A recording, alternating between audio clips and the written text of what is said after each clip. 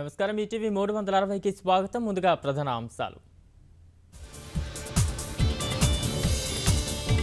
సాంకేతిక విప్లవానికి భారత్ను వేదికగా చేసుకుంటాం.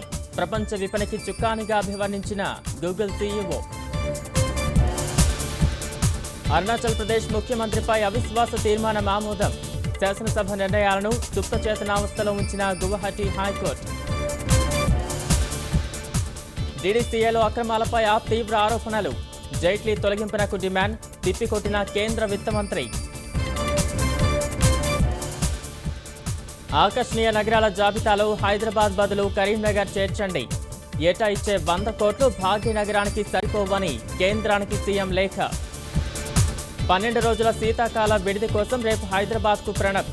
బొల్లారం రాష్ట్రపతి నిలయంలో పూర్తయిన ఏర్పాట్లు. అవిభక్త కవలలు వీణావాణిని పరిశీలించిన ఎయిమ్స్ వైద్యులు. మరిన్ని పరీక్షల తర్వాతే శస్త్రచికిత్సపై స్పష్టత.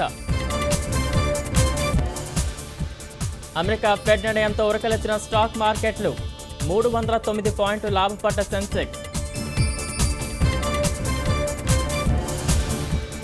ఓల్గాను భరించిన కేంద్ర సాహిత్య అకాడమీ పురస్కారం. విముక్త కథా సంపుటికి దక్కిన గౌరవం.